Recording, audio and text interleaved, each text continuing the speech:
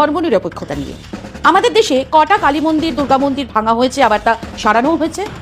ভারতবর্ষে বাবরি মসজিদ ভেঙে গুঁড়িয়ে দিয়ে সেখানে মন্দির হয়েছে এবং সেখানেই শেষ।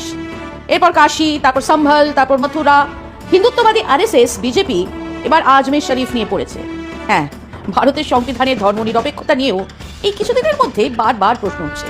বারবার সংবিধানের ভূমিকা থেকে ওই শব্দ বাদ দেওয়ার কথা উঠেছে। বাংলাদেশে হিন্দুদের মারা হচ্ছে, ভারতবর্ষে মুসলিমদের নয়। গোটা উত্তর ভারতে 64টা পিটিয়ে মারার ঘটনা ঘটেছে, তার মধ্যে প্রত্যেকেই সংখ্যালঘু মুসলিম। এ তথ্য কি মিথ্যে?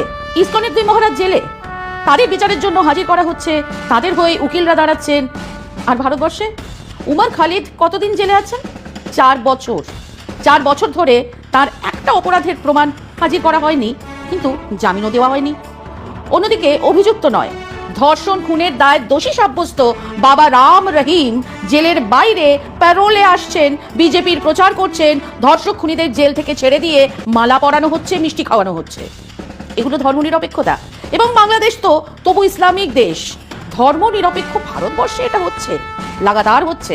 হ্যাঁ, পতাকা পোড়ানো, পতাকার উপরে হাঁটা খুবই খারাপ, কিন্তু এর আগে ভারতে তা হয়নি। পাকিস্তানের পতাকা পোড়ানো হয়নি, পাকিস্তানি শিল্পী, কলাকুশলীদের, খেলোয়াড়দের ব্যান করা হয়নি, মুম্বাইয়ের ক্রিকেট মাঠের বাইরে পাকিস্তানি পতাকা ফেলে থুতু দেওয়া হয়নি। এসব হয়, কিছু লোকজন এগুলো করে, কিন্তু সেই উন্মাদদের জবাবে শিক্ষিত ডাক্তারবাবুরা যখন বলেন আমরা বাংলাদেশি রোগী দেখব না, তখন তা সেই উন্মাদের পাঠ্যক্রমেরই অঙ্গ হয়ে ওঠে। বাংলাদেশি রোগীরা কলকাতায় বিনা পয়সায় চিকিৎসার জন্য যান না, একজন সাধারণ ভারতীয় থেকেও অনেক বেশি টাকা খরচ করেই চিকিৎসা করাতে যান। তা বন্ধ হলে বাংলাদেশি রোগীরা অসুবিধায় পড়বেন, এটা সত্যি। কিন্তু কলকাতা জুড়ে যে হাসপাতাল আর তাকে ঘিরে যে পরিকাঠামো গড়ে উঠেছে, যা ওই বাংলাদেশি রোগীদের টাকায় পুষ্ট, তা কি হবে?